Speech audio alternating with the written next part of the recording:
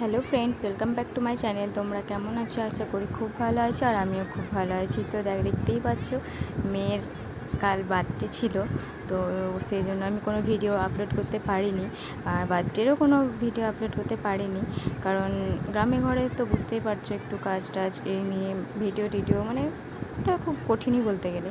তো ভিডিও তো আমি যে করতেও পারিনি কিছু।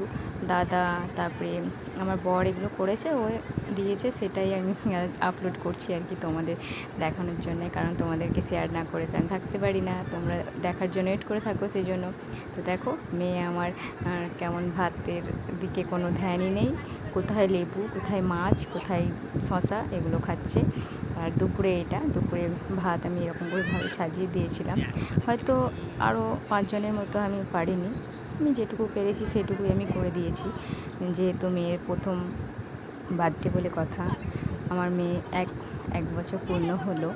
তো দেখো, এখানে আমাদের বড় করে কোনো বার্থডে সেলিব্রেট হয়নি, কারণ পাড়ার কিছু বাচ্চা ছেলে মেয়েগুলোকে নিয়ে করেছিলাম। আর মামার বাড়ি, মাসির বাড়ি, আর আমার মাসির বাড়ি, এদেরকে নিয়ে আমার হয়ে গেছে।